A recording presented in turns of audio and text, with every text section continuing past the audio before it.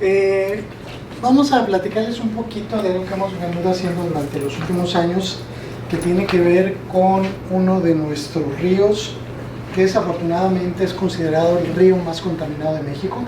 No sé si hayan oído hablar de él, Río Santiago. ¿Dónde inicia el río Santiago? Lago de Chapala, y termina básicamente en lo que es San Blas, en Nayarit. Y desafortunadamente nosotros, como ciudadanos de la zona metropolitana, siempre nos quejamos de la contaminación que nos viene por el río Lerma. Pero ¿cuántas veces pensamos que es lo que nosotros estamos vertiendo al Santiago y que va a parar desafortunadamente al estado vecino de Nayarit y obviamente al Océano Pacífico? Entonces vamos a hablar un poquito precisamente qué está ocurriendo en el río Santiago con un tipo de contaminación muy particular, que son los pesticidas. No sé si todo el mundo sepa lo que son los pesticidas. ¿Sí? ¿Qué son los pesticidas? Los pesticidas son xenobióticos que se han derivado de una sustancia química. Un poquito más fuerte. Es una sustancia química sintetizada por el ser humano para poder dar riego a ciertos monocultivos o cultivos en general. Correcto. Normalmente nosotros utilizamos diferentes tipos de pesticidas.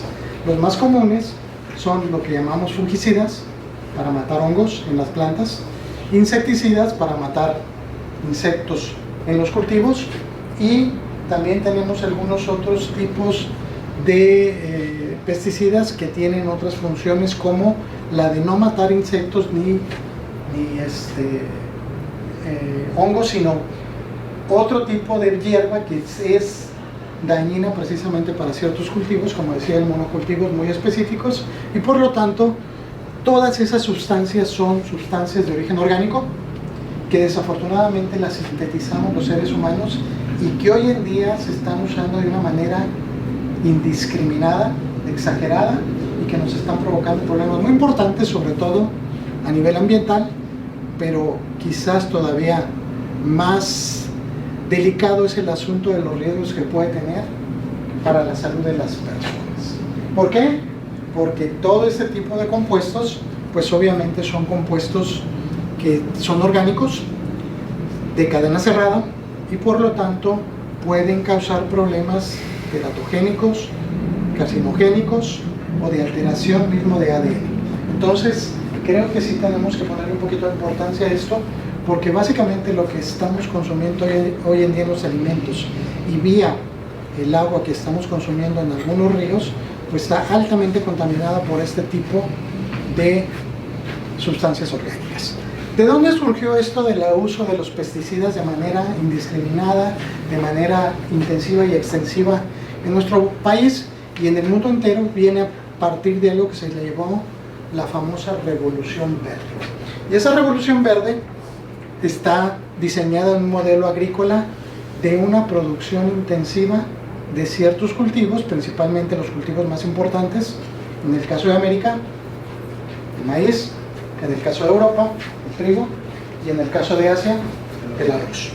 Entonces, en ese sentido, pues a partir del año 1945 surgió un experimento que fue obviamente aquí en México, donde se empezó a utilizar precisamente de manera muy intensiva estos agroquímicos que todos decimos que son sintéticos. ¿Para qué? Con la finalidad de tener una mayor producción de alimentos, pero que no se evaluó que al mismo tiempo íbamos a tener una gran cantidad de impactos ambientales y obviamente gran riesgo para la salud. ¿Qué sucede? Que esos impactos ambientales de los plaguicidas primero van obviamente a las aguas tanto superficiales como subterráneas. Sabemos que las aguas superficiales, cuando la planta no utiliza, llueve, se escurre, hay escurrimientos y van a parar a los cuerpos de agua, ríos, arroyos, lagos, lagunas, etcétera, etcétera. Pero mucha de esa agua también se infiltra y obviamente va a parar a los mantos freáticos, donde tenemos agua subterránea. ¿Qué quiere decir? Que estamos realizando contaminación de plaguicidas tanto en aguas superficiales como aguas subterráneas, y México es uno de los países en los cuales la aplicación de esta famosa Revolución Verde nos ha provocado graves problemas en cuestión de contaminación de nuestros cuerpos de agua. Y eso implica, pues obviamente, riesgos para la salud pública. ¿Por qué? Porque nosotros vamos a consumir esos alimentos, pero también vamos a consumir esa agua. Y si esa agua contiene esas sustancias, si nosotros consumimos esa agua de manera constante, pues estamos haciendo acumulación de ciertos cantidad de parámetros químicos de estos famosos pesticidas que a la larga pues van a repercutir en la salud de las personas y obviamente no en una, en dos, sino en una gran cantidad de personas, que se va a convertir en un problema de salud pública. Entonces vamos a ver que esos impactos pues primero se dan en el ecosistema como tal, pueden impactar a la salud humana y esto pues representa graves riesgos a la salud, porque como aquí dice, esos plaguicidas son teratogénicos, potencialmente cancerígenos y que pueden provocar enfermedades graves y problemas de infertilidad en algunas personas. Entonces es importante que se esté monitoreando este tipo de compuestos. ¿Por qué? Porque además de ser altamente contaminantes, entran dentro de la categoría de lo que se llama contaminantes orgánicos persistentes. ¿Qué son los contaminantes orgánicos persistentes? Pues son compuestos que duran largos periodos en el ambiente y que pues se pueden transportar a grandes distancias. ¿Por qué? Porque las vías de transporte pues pueden ser el agua y en algunos casos también el aire. Creo que por ahí ustedes han escuchado hablar que en la zona de Ocotlán o de Poncitlán más específicamente hay una gran cantidad de casos de enfermedades renales en la población que habita en esa región. Precisamente pues ahí tenemos el paso del río Santiago, en el Salto, donde supuestamente hasta ha habido muertes, no se le recuerdan la de un niño, no sé hace cuántos años, pero hace bastante años, donde cae al agua, supuestamente ingiere arsénico y a los pocos semanas, bueno, no sé si días, creo que fueron semanas, falleció este niño. Entonces, ¿qué tenemos ahí? Pues una gran acumulación de estos compuestos que van a permanecer durante mucho tiempo precisamente en el ambiente y que precisamente al estar en contacto con la población, pues van a impactar su salud de manera muy importante, porque estos se almacenan en tejido graso, entran en la cadena trófica, en la cadena alimenticia, y a lo mejor yo no lo ingiero directo, pero si un animalito que ha sido criado como un cerdo, una gallina, con este tipo de agua o este tipo de alimento, pues de alguna manera nos va a llegar también cuando nosotros consumamos su carne, o mismo los granos que estamos consumiendo, que también pudieran tener un índice elevado de estos compuestos orgánicos persistentes. Dentro de estos, pues hay una gran cantidad de plaguicidas que existen, como pueden ser el aldrin, el dieldrin, DDT, lindano, y puse estos no porque sean los que tenemos con mayor importancia, sino que este tipo de compuestos desde hace 20 años han sido prohibidos en muchos países, menos en los países en desarrollo. ¿Qué quiere decir? Que aquí los seguimos utilizando. ¿Y qué quiere decir? Pues que si hace 20 años ya los evitaron en otras regiones del planeta, nosotros deberíamos haber hecho lo mismo. Pero desafortunadamente, pues los países en desarrollo somos el basurero de los países desarrollados y por lo tanto todo lo que no utilizan allá, pues no lo mandan para acá. Muy bien. Nosotros sabemos que cuando hablamos de salud, normalmente tenemos que tener normas que regulen ciertos compuestos químicos. Y desafortunadamente, pues México no tiene una legislación específica con respecto a los plaguicidas. A nivel internacional, la Agencia de Protección Ambiental de los Estados Unidos, la Organización Mundial de la Salud y la Unión Europea sí establecen límites máximos para los plaguicidas, tanto en agua potable como en cuerpos de agua. Porque es diferente el agua que podamos consumir o ingerir al agua que utilizamos para otro tipo de usos, como puede ser la agricultura, la ganadería, etcétera, etcétera. En la Unión Europea específicamente nosotros tenemos que el límite para los plaguicidas individualmente es de aproximadamente 0.1 microgramos por litro y en su totalidad no debe rebasar 0.5 microgramos por litro. Desafortunadamente en México no hay legislación. La única legislación que existe para los plaguicidas en México es en cuestión de los envases y de los residuos que se deben de utilizar. Pero de ahí en más no hay una regulación para decir hasta aquí puede contener el agua este tipo de compuestos. Entonces, pues estamos en desventaja con muchos otros países porque no hay una regulación que nos diga hasta aquí, y si no hay regulación, mucho menos hay monitoreo.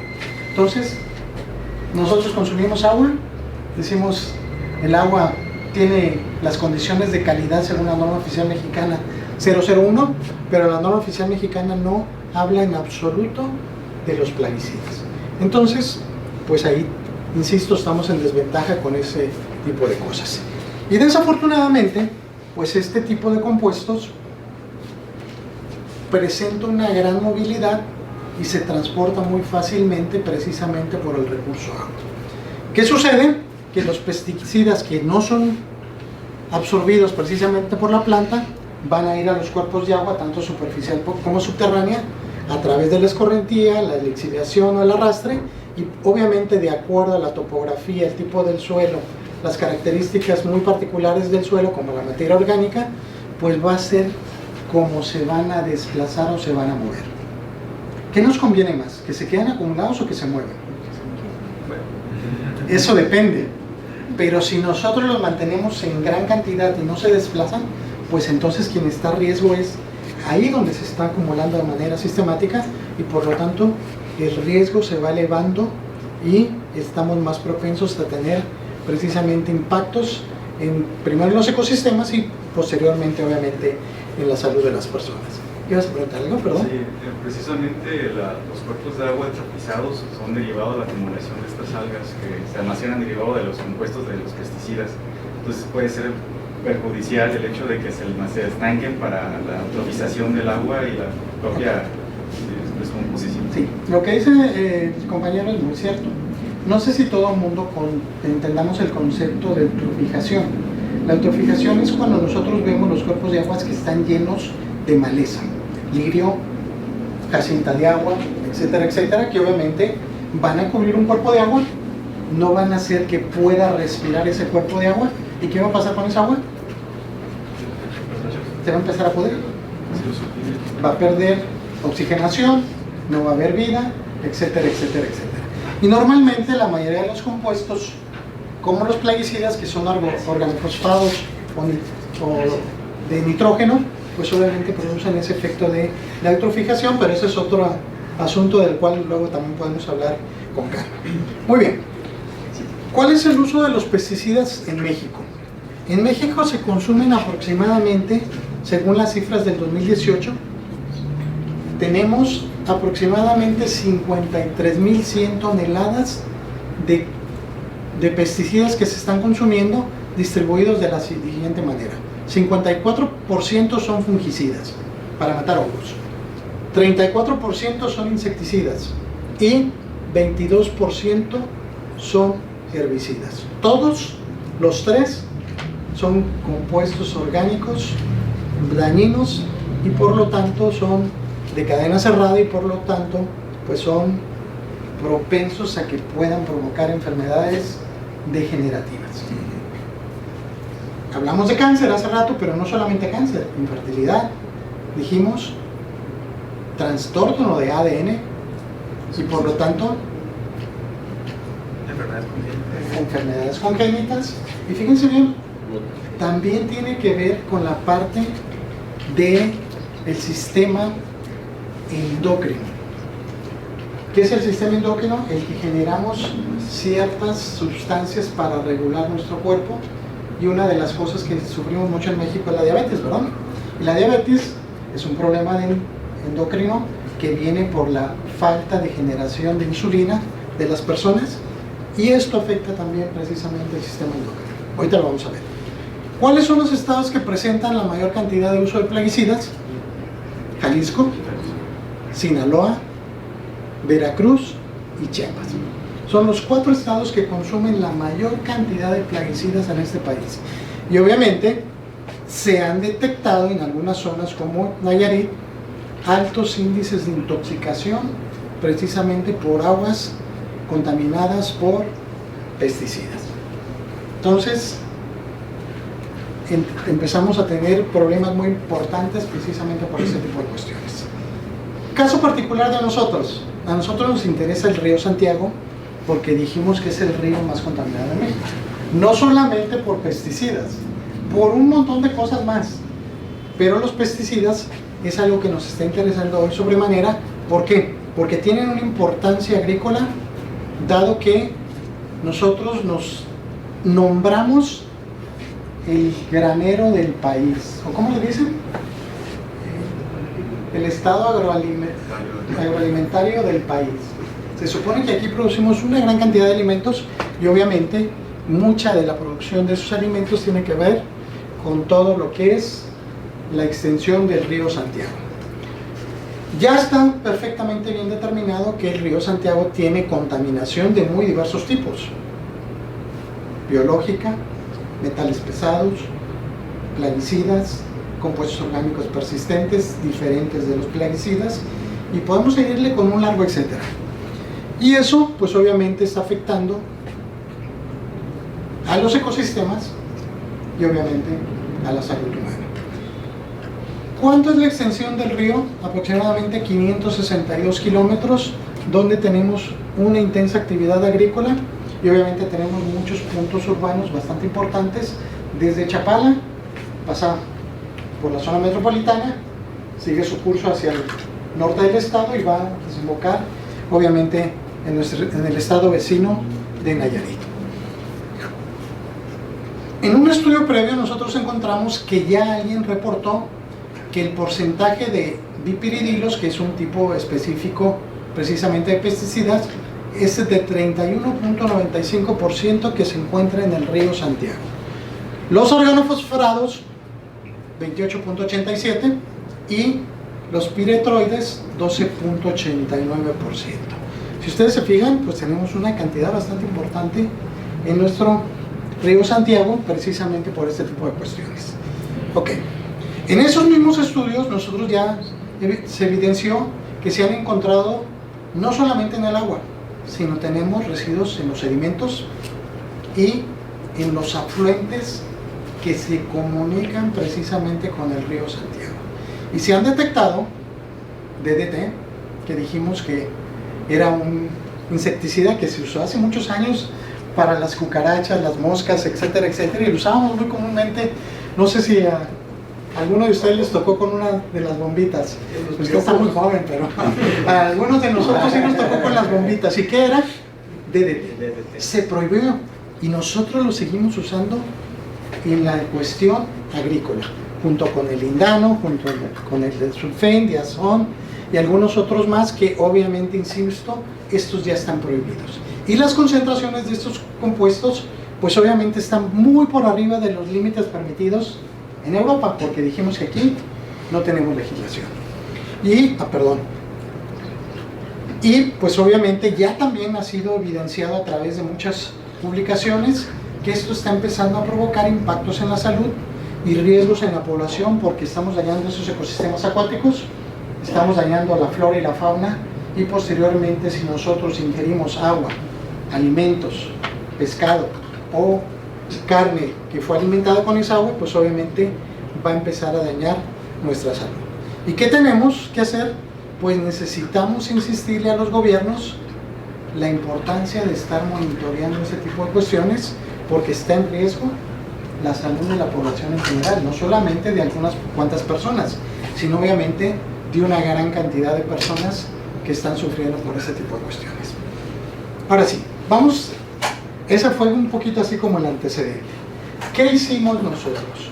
Lo que hicimos nosotros fue precisamente hacer un estudio donde se pretendía evaluar la presencia de residuos de plaguicidas y sus metabolitos, o sea, algunos subproductos que generan los plaguicidas en el río Santiago durante el año 2024. Y para eso nosotros quisimos también, al mismo tiempo de analizar no solamente las concentraciones, ver cuáles eran los posibles impactos que yo pudiera tener desde el punto de tipo ecológico y desde el punto de vista salud, que están asociados precisamente a esas concentraciones y a la ingesta precisamente de productos que hayan sido irrigados con esta agua contaminada del río Santiago. Y al final de eso, pues no solamente quedarnos ahí, sino que proporcionar información a la autoridad para que hagan políticas públicas de mejorar la gestión de la calidad del agua y de protección ambiental, porque, insisto, está en juego la vida de las personas y pues hay muchos casos que podríamos hablar con respecto a esto. Para eso necesitamos saber cuáles eran las características propias de la cuenca, y la cuenca, si ustedes se fijan, solamente la cuenca del Santiago. Hay que recordar que la cuenca del Santiago pertenece a una cuenca más grande que se llama Cuenca Lerma-Chapala-Pacífico. Bueno, antes se llamaba Lerma-Chapala-Santiago, hoy le cambiaron a Lerma-Chapala-Pacífico y le quitaron el Santiago, que es el recorrido que es de Chapala hacia el estado de Nayarit y que desemboca en el Océano Pacífico. Tiene 76.277 kilómetros cuadrados toda la cuenca Lerma-Chapala-Pacífico y atraviesa 7 estados en la República: Estado de México, Michoacán, Guanajuato, Jalisco, Nayarit y por ahí me falta uno. No sé si Zacatecas, creo que es parte también de Aguascalientes. Ok, ahí fíjense bien, viven aproximadamente 8.6 millones de personas. Aproximadamente como el 7% de la población de todo el país. Somos 120 millones de personas en México. Entonces aproximadamente como el 7% de la población vive en esta región, donde la mayoría es rural. ¿Qué quiere decir? Que vive en pequeñas poblaciones. Hay grandes ciudades como es el Estado de México, Toluca, obviamente Guanajuato, León y toda el área circundante a León. En el caso de nosotros, Guadalajara, pero también atraviesa el estado de Nayarit. La mayoría de la población podemos considerarla como rural y sus actividades más importantes pues son las agrícola, ganadera y forestal. ¿Qué quiere decir? Que necesitamos agua. ¿Y esa agua de dónde viene? Pues de este río y de sus afluentes. Muy bien. Dijimos que nace en el lago de Chapala y desemboca en el Océano Pacífico y cuenta con una gran cantidad de afluentes para usos agrícolas, urbanos, industriales. ¿Qué quiere decir? Que del río Santiago sacamos acueductos, sacamos ríos más pequeños, o salen ríos más pequeños que son los que van a alimentar precisamente a todas estas poblaciones que se encuentran en la cuenca del río Santiago. Muy bien. ¿Cuántos municipios abarca únicamente la cuenca del Santiago? 125 municipios. No son los del estado de Jalisco, son del estado de Jalisco, del estado de Nayarit, son aproximadamente 125. 98% de las localidades, insisto, son rurales y la actividad principal es bosques 32%, actividades agropecuarias 29%, selvas 17% y pastizales 11%, donde el mayor porcentaje tiene que ver con la silvicultura y las actividades agropecuarias. Actividades más predominantes, la agricultura intensiva y la ganadería son las más predominantes y que están vinculadas precisamente al uso extensivo de los plaguicidas. Y pues tenemos áreas metropolitanas bastante grandes como es la zona metropolitana de Guadalajara, donde pues nosotros de alguna manera estamos contribuyendo a este problema. ¿Por qué? Porque todo el agua que utilizamos nosotros en esta ciudad, ¿dónde va a parar? Al río Santiago. No estamos diciendo que allí tengamos gran extensión agrícola, pero de cualquier manera también estamos contribuyendo porque también utilizamos ciertos insecticidas en algunas actividades muy particulares. Por ejemplo, los jardines, necesitamos el arbolado de la ciudad, necesitamos ponerle en algunos casos pues herbicidas o pesticidas para poder mantenerlos en buenas condiciones. Ok. De esa agua, pues obviamente hay que recordar que el agua pertenece a la nación, es de uso federal y se entregan concesiones. El río Santiago está concesionado a aproximadamente 3.615 millones de metros cúbicos. Obviamente esas concesiones son para uso agrícola, para uso ganadero, para uso industrial, para uso comercial y para uso urbano. Creo que en ese orden que yo dije, la mayor cantidad de agua que utilizamos es para la agricultura, después la ganadería, después la industria, comercio y pues obviamente también las actividades domésticas. Y aquí vemos lo que yo les decía, 63% es para uso agrícola. ¿Qué quiere decir? Que la mayor cantidad de agua que estamos gastando en este país y en particular en la cuenca del río Santiago, pues tiene que ver con la agricultura. ¿Ok? ¿Qué hicimos nosotros? Tomamos 20 estaciones de monitoreo de la cuenca del río Santiago, distribuidas 13 sitios en el río como tal Santiago, 5 en el río Sula, que es uno de los afluentes que tiene el río Santiago, y 2 solamente del río Lerma, para comparar cómo llega al lago de Chapala y luego cómo sale del lago de Chapala precisamente esa agua. Estas estaciones solamente son del estado de Jalisco. Nosotros no hicimos análisis en el estado de Nayarit, solamente en el estado de Jalisco. Y el muestreo lo realizamos de manera cuatrimestral. ¿Qué quiere decir? Que cada 4 meses íbamos a recuperar muestras, y en total tuvimos 60 muestras de aguas en el mes de abril, agosto y septiembre. Si es cuatrimestral, 3 veces al año. Y las muestras que nosotros recolectamos, las recolectamos de acuerdo a las normas internacionales de recolección precisamente de muestras de agua. O sea, no es como se me antojó, sino hay toda una metodología bien establecida para decir, usted tiene que recuperar el agua para determinar los metabolitos o los plaguicidas haciendo estas actividades, frascos de tal dimensión, frascos de tal color, tomándola a cierta profundidad, no solamente en la superficie, etcétera, etcétera, etcétera. Pues son normas que están perfectamente establecidas y que nosotros respetamos precisamente esa normatividad internacional para recuperar nuestras muestras. Y después, pues las llevamos al laboratorio precisamente para evaluar cuáles eran las cantidades de cada uno de los diferentes plaguicidas que están detectados aquí, haciendo que esto fuera representativo, porque prácticamente hicimos una representatividad espacial y temporal. ¿Qué significa espacial? En toda la región del estado de Jalisco, y aparte de eso, en todas las épocas del año, antes de las lluvias, durante las lluvias y posterior a las lluvias. ¿Estamos de acuerdo? Entonces, vamos a ver ahorita el mapa. Estas fueron todas las muestras que nosotros tomamos. Río Lerma, 2, nada más. Acá tenemos Río Sula, las que aparecen con RZ, son del Río Sula, y todas las demás son las del Río Santiago, solamente hasta el estado de Jalisco. De hecho, el río sigue y va a desembocar obviamente en el Pacífico, en el estado de Nayarit. Pero nosotros solamente, aquí está la delimitación del estado de Jalisco, pues obviamente nada más trabajamos sobre las estaciones de monitoreo del estado de Jalisco. Muy bien, ¿qué encontramos? Pues encontramos que nosotros teníamos que emplear técnicas que también estuvieran avaladas internacionalmente, y esas técnicas se tienen que hacer con una técnica química que se llama cromatografía líquida acoplada a espectrometría de masas, y detectamos, bueno, no es cierto, no detectamos, lo hicimos únicamente para los 15 plaguicidas que se conocen, son los más importantes en México, porque hay una infinidad. Imagínense, yo no podía hacer análisis para 100 tipos de plaguicidas. ¿En qué nos basamos? Solamente en los 15 más importantes que existen en México.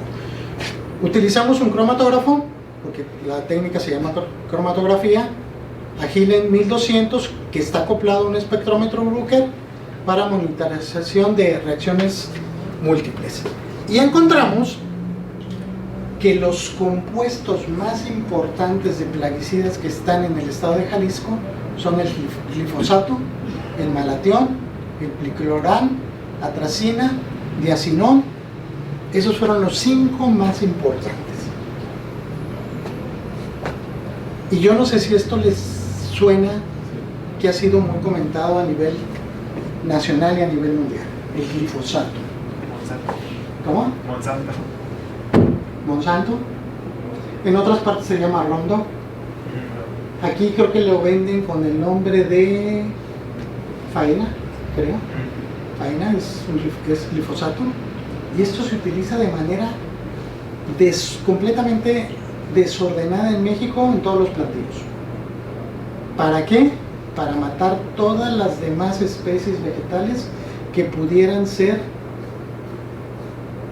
vamos a decir, malignas para el buen desarrollo de un cultivo en específico, que en este caso el primero que tenemos pues obviamente es el maíz.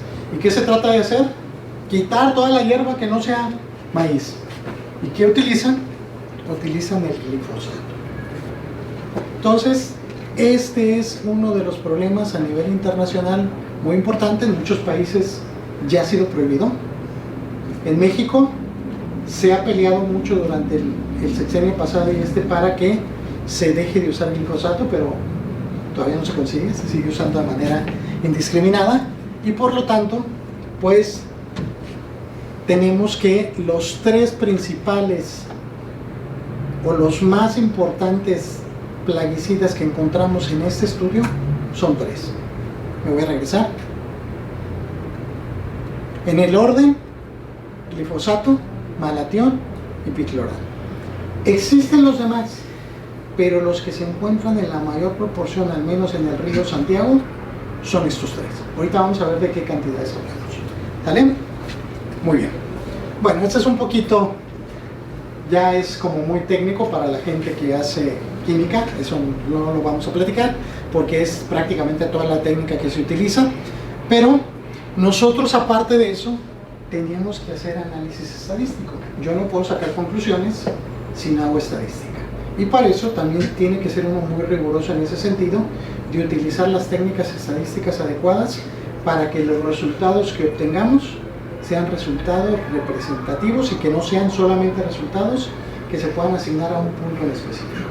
¿Y qué utilizamos? Pues utilizamos estadística descriptiva, algo que se le llama análisis de varianza, y la prueba de honestidad de Tukey para diferenciar si había diferencias estadísticas significativas entre un punto y otro punto, o entre una época del año y otra época del año. ¿Estamos de acuerdo? Y entonces, uno de los primeros resultados que nosotros obtuvimos es que la distribución de los plaguicidas no es homogénea. ¿Qué significa? Que no es igual para todo el río Santiago. Hay zonas en las cuales tenemos una mayor contaminación y hay zonas en las cuales esa contaminación es menor. Es completamente heterogéneo. Aunque se vierte en el río y haya una mezcla, eso no quiere decir que en todas las partes tenemos la misma concentración, sino que las concentraciones varían por sitio y varían por tiempo. Por ejemplo, no es lo mismo antes de las lluvias, en las lluvias, que después de las lluvias. Ahorita vamos a ver un resultado que también es muy interesante. Bueno, ahí aparece de hecho ya. Agosto fue el mes con el mayor nivel de plaguicidas en toda la cuenca. ¿Por qué será?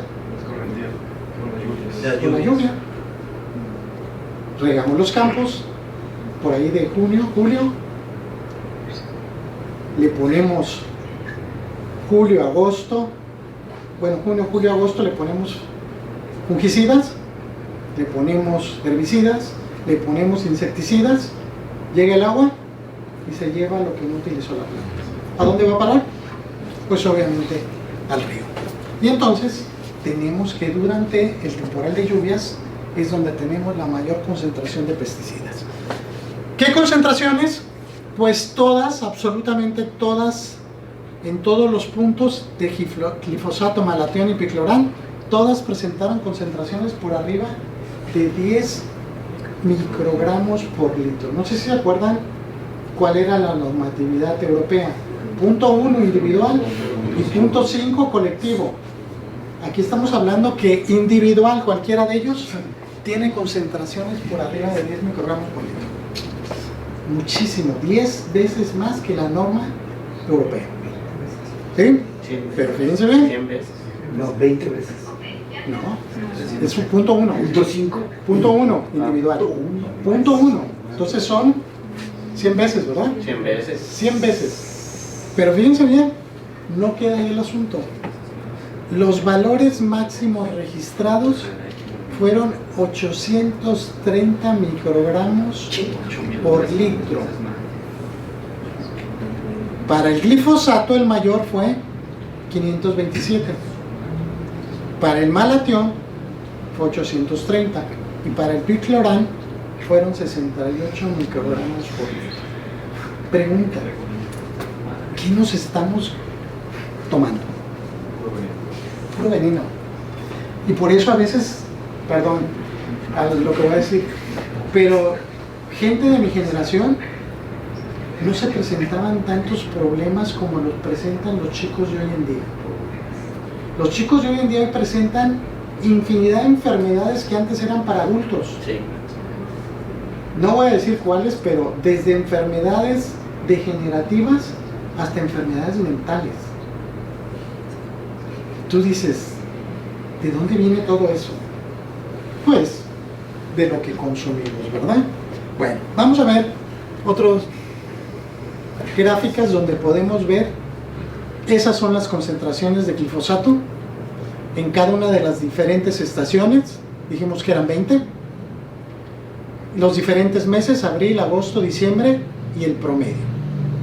Y si ustedes se fijan, todas están entre 250 y 350 la mayor cantidad.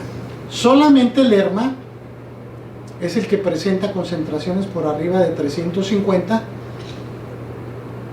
¿Por qué?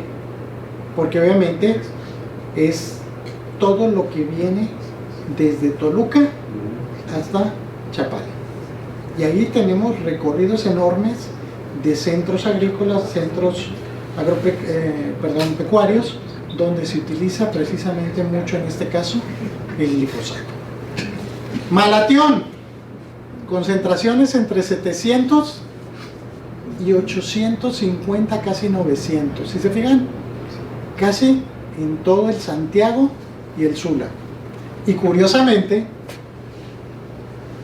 el malatión disminuye en el río Lerma. Ahí no se utiliza tanto malatión. Si hablamos de picloram, aquí vemos que es un poquito más variable. En las primeras partes del río Santiago, cuando sale de Chapala, pues básicamente tenemos poca concentración de picloram, pero conforme vamos avanzando, pues básicamente va aumentando sus concentraciones. Y el río Sula y el río Lerma también tienen altas concentraciones. Y bueno, aquí podemos ver la comparativa de los tres. Azul, malatión, el que tiene mayor concentración, 857 fue la máxima. Glifosato, concentraciones aproximadamente entre 250 y 500, donde el máximo son cerca de 520. Y finalmente el picloram, que es el que tiene la menor concentración. Tuvimos otros plaguicidas, pero esos se encuentran en concentraciones más bajas que todo eso. ¿Sí? Los que nos tienen que preocupar sobremanera son estos tres. Y ahí tenemos la concentración promedio para el glifosato entre 277 y 527. La degradación es muy baja, que quiere decir que permanece mucho tiempo, y la frecuencia de aplicación es muy alta en nuestra región.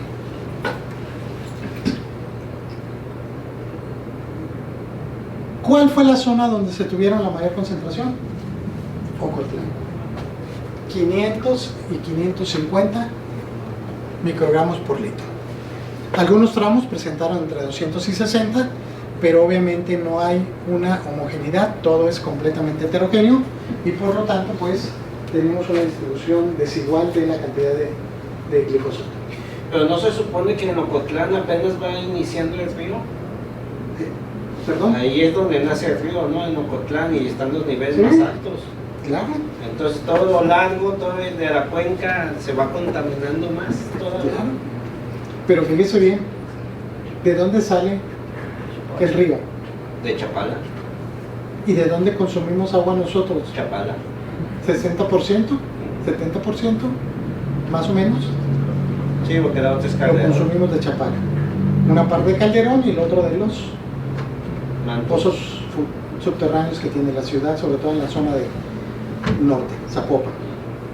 Entonces, quiere decir que una parte muy importante de la población de esta ciudad estamos consumiendo concentraciones muy altas de glifosato. querramos o no, porque viene desde Lerma, ¿verdad? Ok. Malatión, 496, 830, y las concentraciones más altas las tenemos muy cerca de la ciudad de Guadalajara, 830. Son en la zona conurbada, precisamente en las estaciones de monitoreo que están en la zona conurbada, donde tenemos 3 estaciones que rodean el río Santiago por la parte suroriente y luego sigue hacia el norte. Entonces ahí es donde tenemos las concentraciones más altas de malatión. Y la concentración más baja, 496, fue en el río Lerma. Muy bien. Concentraciones heterogéneas, no son homogéneas, y fíjense bien, esto es muy importante.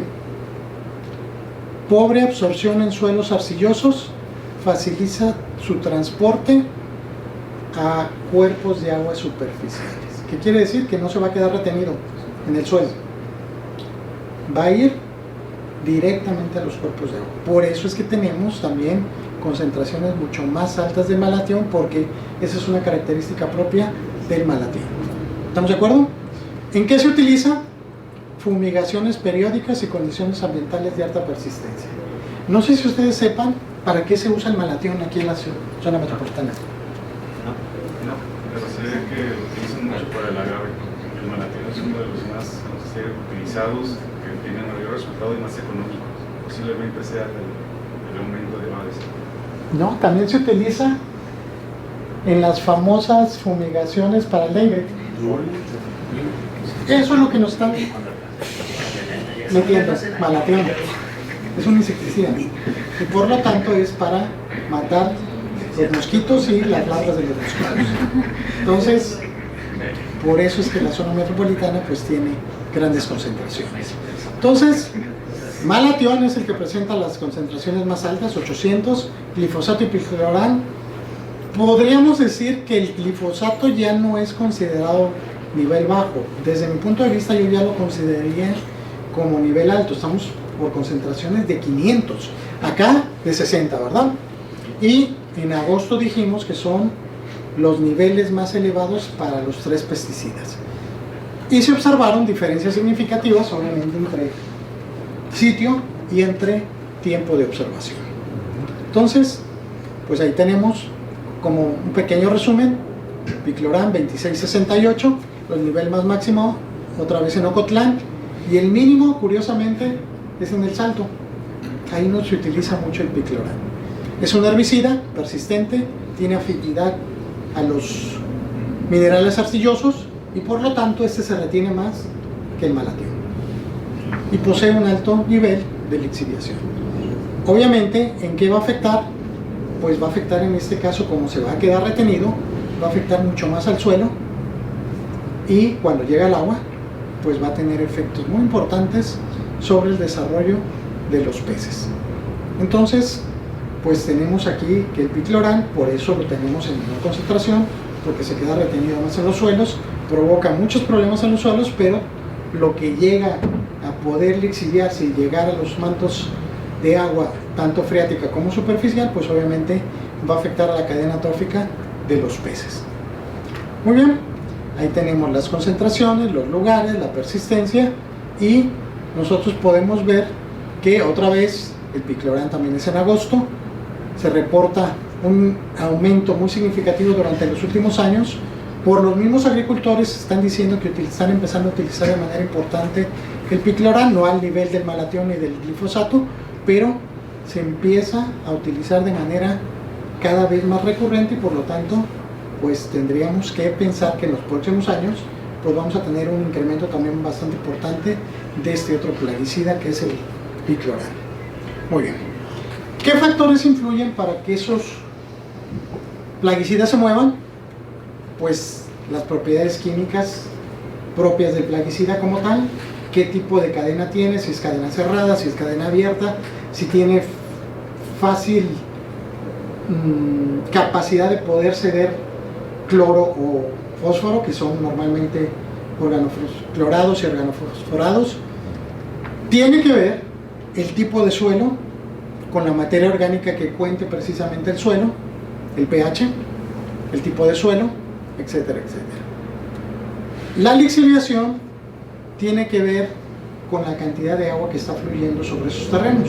Si es poca agua, pues la lixiviación va a ser poca, pero si está fluyendo una gran cantidad de agua, pues me estoy llevando fácilmente todos esos plaguicidas precisamente a los cuerpos de agua. Y obviamente las condiciones climáticas y la topografía también influyen. ¿Dónde voy a tener mayor lixiviación hacia los cuerpos de agua? Donde tengo mayor pendiente. Cuando hace frío, cuando hace calor. ¿Cómo? Calor, ¿no? Sí, no es calor. Porque estos compuestos son orgánicos y se vaporizan. ¿Estamos de acuerdo? Y finalmente, pues las prácticas agrícolas quizás es el factor más importante. Desafortunadamente en México el campo no está tecnificado. ¿Qué hacemos? Aviéntale un costal. No se le ha quitado la plaga, aviéntale otro costal. No dosificamos. Y si no se dosifica, le estamos poniendo en exceso. Y como cualquier otra ser vivo, todos tenemos una capacidad de absorber hasta cierto límite lo que nos va a ayudar. Y lo demás nos va a perjudicar. Por ejemplo, todo el mundo tomamos azúcar, ¿verdad? Hasta cierto límite. ¿Qué pasa si empezamos a tomar mucha azúcar? Pues vamos a tener problemas de diabetes en un futuro, ¿cierto? Entonces, al igual, el suelo necesita concentraciones muy específicas para que sea funcional. Si estamos por arriba de ese límite, empezamos a tener problemas. Si estamos por debajo de ese límite, pues no va a funcionar. ¿Qué quiere decir? Que tenemos que tecnificar el campo. Y si se fijan, el campo no está tecnificado en cuanto a fertilizantes y mucho menos en el uso del agua. ¿Alguien es de campo?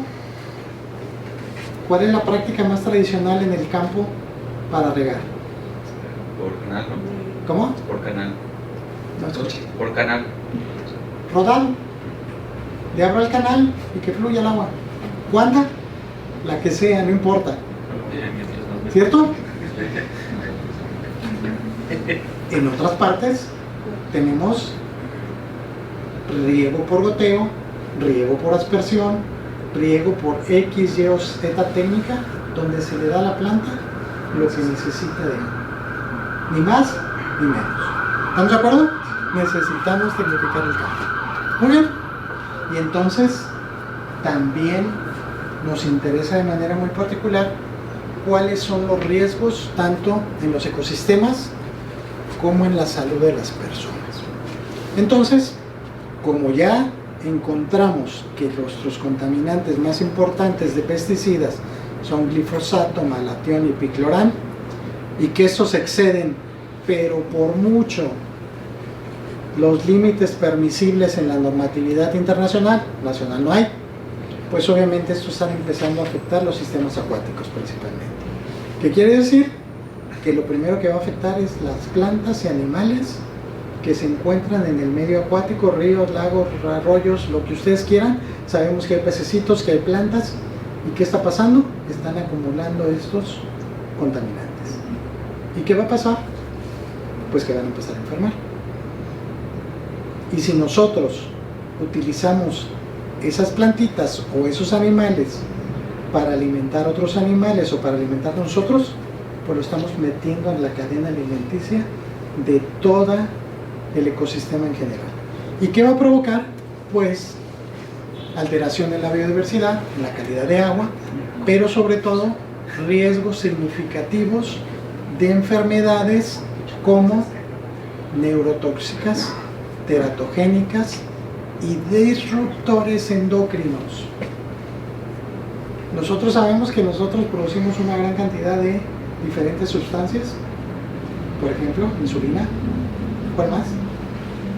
Adrenalina, serotonina, dopamina, endorfinas.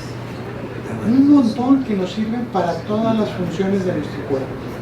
Si nosotros le metemos este tipo de plaguicidas, pues lo que estamos haciendo es modificar precisamente la cantidad de esas sustancias que estamos produciendo, que podemos producir más o podemos producir menos dependiendo del efecto que tenga cada uno en particular, y eso tendrá que hacerse un análisis epidemiológico diferente, un estudio de salud pública, para poder saber cuáles necesitamos disminuir y cuáles necesitamos aumentar.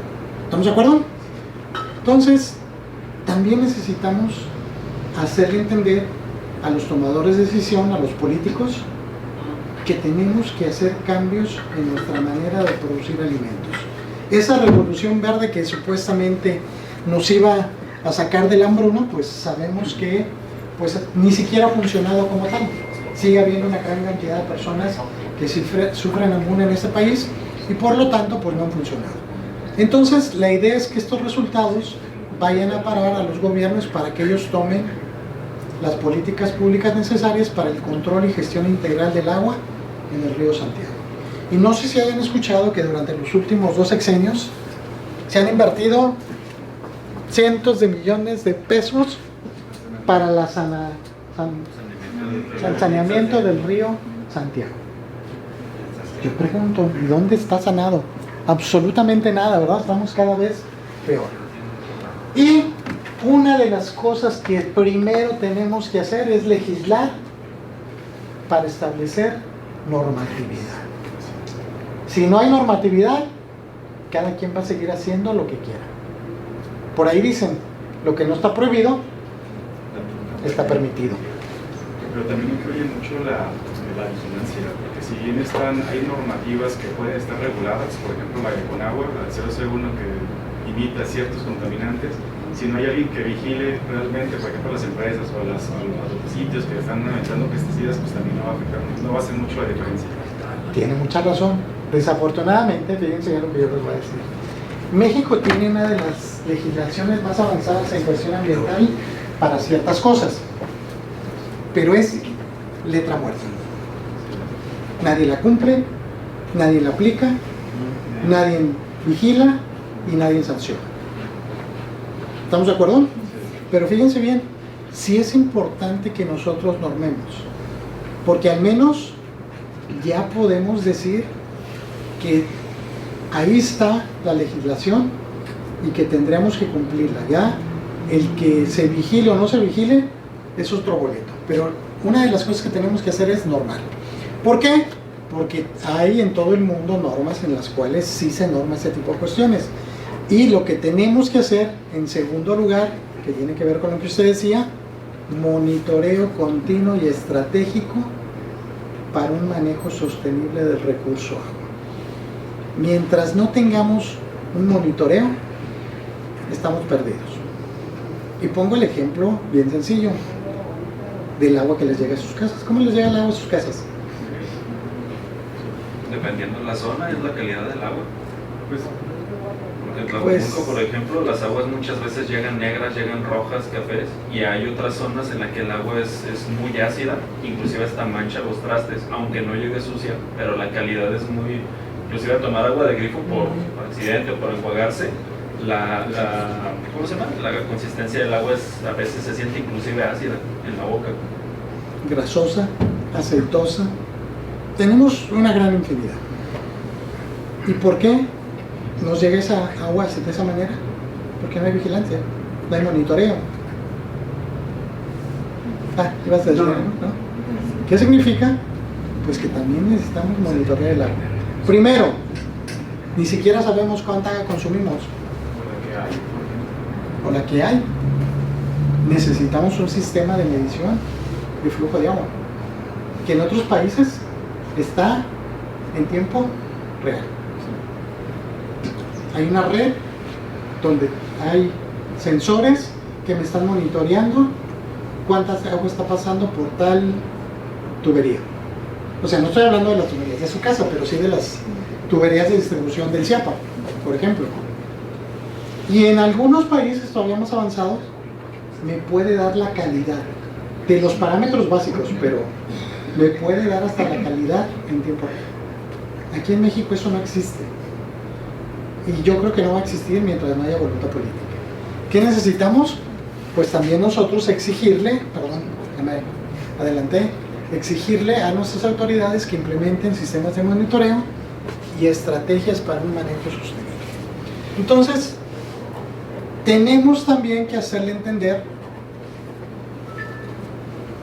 a las instituciones que se dedican a la agricultura y a la ganadería y a los campesinos que no podemos hacer un uso indiscriminado de los plaguicidas, sino que tenemos que hacer un uso, vamos a decir, ¿cuál sería la palabra correcta? Racional, ¿no? De los plaguicidas para tener efectividad en la producción agrícola y ganadera, pero que no esté afectando nuestros cuerpos de agua. También otra problemática que sucede, por ejemplo, aquí en el estado de Jalisco es el extensionismo de monocultivo. O sea, a lo mejor si hubiera una regulación que dijera no se permite tanta superficie para este tipo de cultivos, a lo mejor también reducirían los pesticidas. O sea, sí influye mucho tanto quién permite el pesticida como quién permite que se utilice, que se aplique en cierta superficie. ¿Sí? Toda la razón. Por ejemplo, este estado se convirtió de producir maíz a producir ¿qué? Agave. Y el agave es de los cultivos que contamina más porque usa una gran cantidad de agroquímicos precisamente para poder desarrollarse. Y el tiempo de gestación son 10 años. Bueno, puede ser menos, pero 10 años promedio. ¿Y qué sucede con esa tierra si le estoy metiendo químicos y químicos y químicos y no hay cambio de cultivo? Se satura. Sí. Y son productivas esos 10 años y cuando las abandonen, el agavero ya no sirven absolutamente para nada. ¿Por qué? Porque ya nos gastamos toda la cantidad de propiedades buenas que tenía esa tierra y por lo tanto pues estamos teniendo problemas bastante severos con eso. ¿Y qué necesitamos? Pues hacerle entender, insisto, a las instituciones que regulan estas actividades y al agricultor como tal. No sé si han leído un poquito acerca de la historia de cómo era el cultivo en México. Antes no era un monocultivo. Teníamos 3 cultivos en la misma: maíz, calabaza y frijol. Y eso permitía precisamente que ellos mismos atacaran sus insectos, sus ¿cómo se llaman? Hongos y sus, ¿cómo se llaman las otras? Ay, se me olvidó. Sus otras plantas que eran plagas, no hubiera esas plagas. ¿Por qué? Porque unos consumían una cosa, otros consumían otra cosa y otros consumían otro tipo de minerales que había en la tierra. Y por lo tanto, y una nitrogenaba incluso la así es. Y hoy en día, pues todo es monocultivo. Puro maíz, puro girasol, puras berries. Oh, ese es otro boleto completamente diferente. Y ahora aguacate, ¿verdad? También. Y el aguacate, pero, en fin. Muy bien. Entonces, como conclusiones, pues podemos ver que el 46% de las aguas del río Santiago podemos considerarlas como contaminadas. Perdón.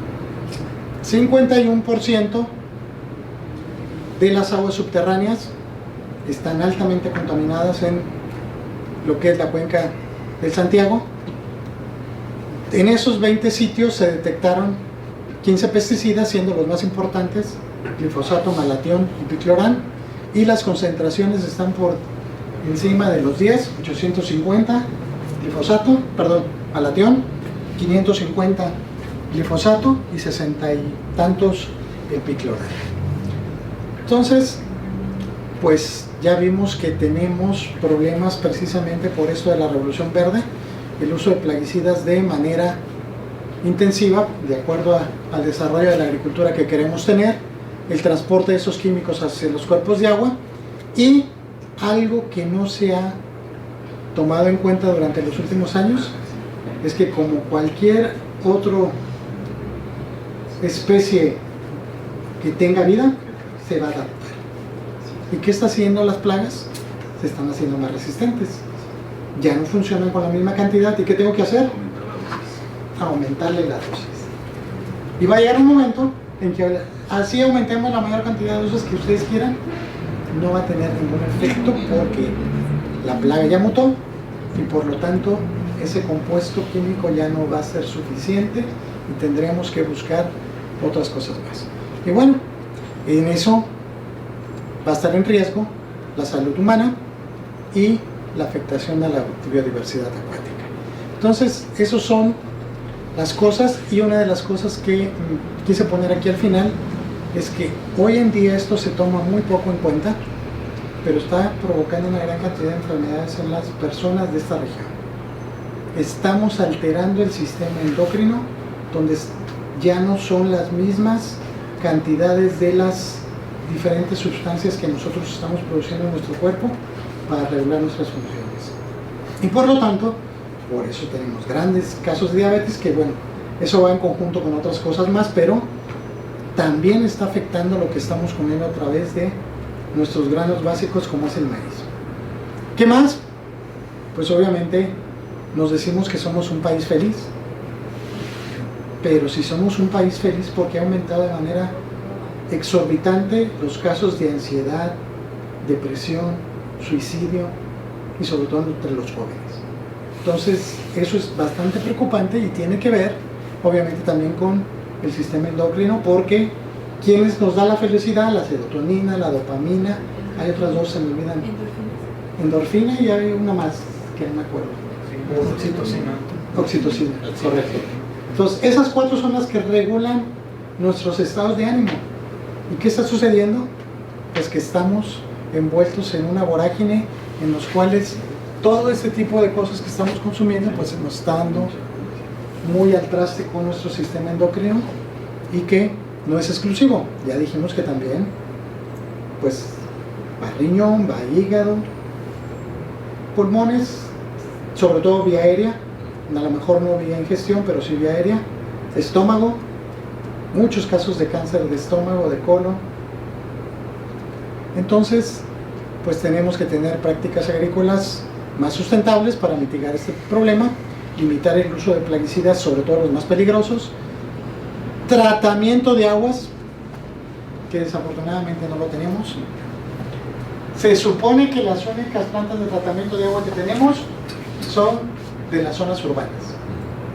Las industrias, muy pocas. La agricultura, jamás en la vida.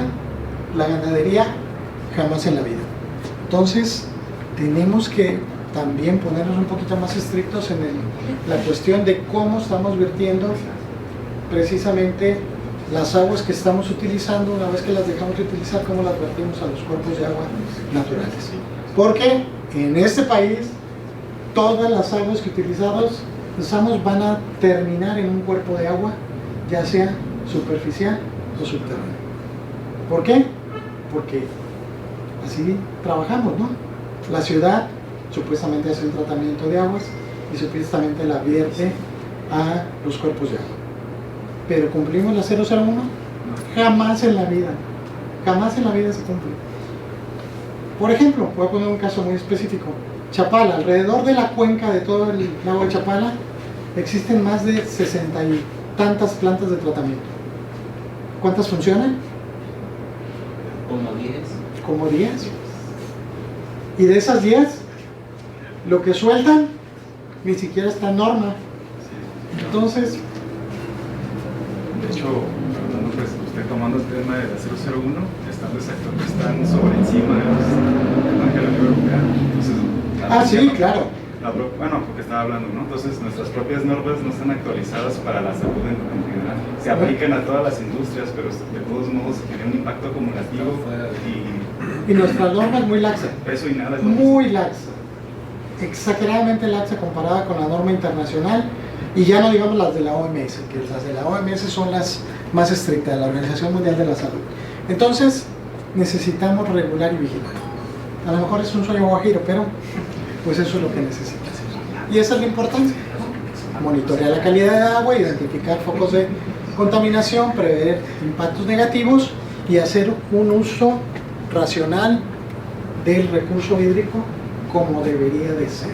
Y desafortunadamente, pues esos problemas los tenemos por la falta de normas, por recursos que son insuficientes, baja sensibilidad, también social, no estamos educados prioridad económica, tanto a la agricultura como a la ganadería, y necesidad de un enfoque en el cual sea transversal, no longitudinal. Por ejemplo, que todos estemos involucrados sobre un problema. Pongo 2 ejemplos. Calidad del aire. Semadet. Y nada más tiene que ver Semadet. No. Tendría que ver movilidad, tendría que ver educación pública, tendría que ver desarrollo rural, desarrollo urbano, El propio municipio. los municipios, los ciudadanos, las universidades, pero todo se lo queremos cargar a una sola institución, así no funcionan las cosas. Entonces, por esa es la gran diferencia entre nosotros y los países que están desarrollados. Entonces, pues ahí tenemos la conclusión. Creo que ya no es necesario repetirlo. Los 3 más importantes contaminantes, sus concentraciones que tienen y los riesgos que nos pueden ocasionar precisamente a todas las personas, sobre todo riesgos de salud pública. Entonces hay muchas cosas que hacer en el futuro: investigación con tecnologías más avanzadas, evaluación de cosas contaminadas, combinadas. ¿Por qué es importante esto? Fíjense bien, a lo mejor uno dice, bueno, pues a mí nada más me interesan los plaguicidas, pero no sé si hayan escuchado hablar de que pueden interactuar diferentes sustancias, y una de las cosas que puede hacer es que se pueden contrarrestar o se pueden magnificar. ¿Cómo se llama? Sinergia. Entonces, no podemos resolver un problema si tenemos otros más y no lo estamos viendo solamente desde un solo enfoque. Necesitamos tener enfoques combinados, colaboración interdisciplinaria, exploración de otras maneras de producción agrícola diferentes a las tradicionales, y fortalecer precisamente las instituciones que tienen que ver con la gestión ambiental. ¿Por qué es importante eso? No sé si ustedes sepan que anteriormente la gestión del agua la manejaba la Federación. Las plantas de tratamiento, la Federación se las asignó primero al Estado, y el Estado era el que tenía que manejar toda la gestión de plantas de tratamiento, de control de calidad, de las plantas de potabilización, que son otra cosa, no son las plantas de tratamiento. Pero ¿qué sucede? Que el Estado se desligó del problema. ¿Y a quién creen que se lo pasó? A los municipios. Y los municipios no tienen la capacidad económica para poder operar ese tipo de procesos. ¿Y qué sucede? Pues que estamos en el hipo. Nadie se quiere hacer responsable de las plantas de tratamiento. ¿Por qué? Porque cuesta mucho tener plantas de tratamiento. Y ojo, otra cosa diferente. Siempre pensamos en plantas de tratamiento para desechos urbanos. ¿Qué desechamos en una ciudad? Normalmente microbiológico y algunos parámetros físico-químicos básicos. ¿Y qué pasa con los metales pesados? ¿Y qué pasa con los antibióticos? ¿Y qué pasa con las hormonas? ¿Y qué pasa con los organoclorados? Para eso no hay una planta de tratamiento en específico. ¿Qué quiere decir? Que lo único que hacemos en las plantas de tratamiento es quitarle los bichitos para que no nos dé enfermedad gastrointestinal. Nada más.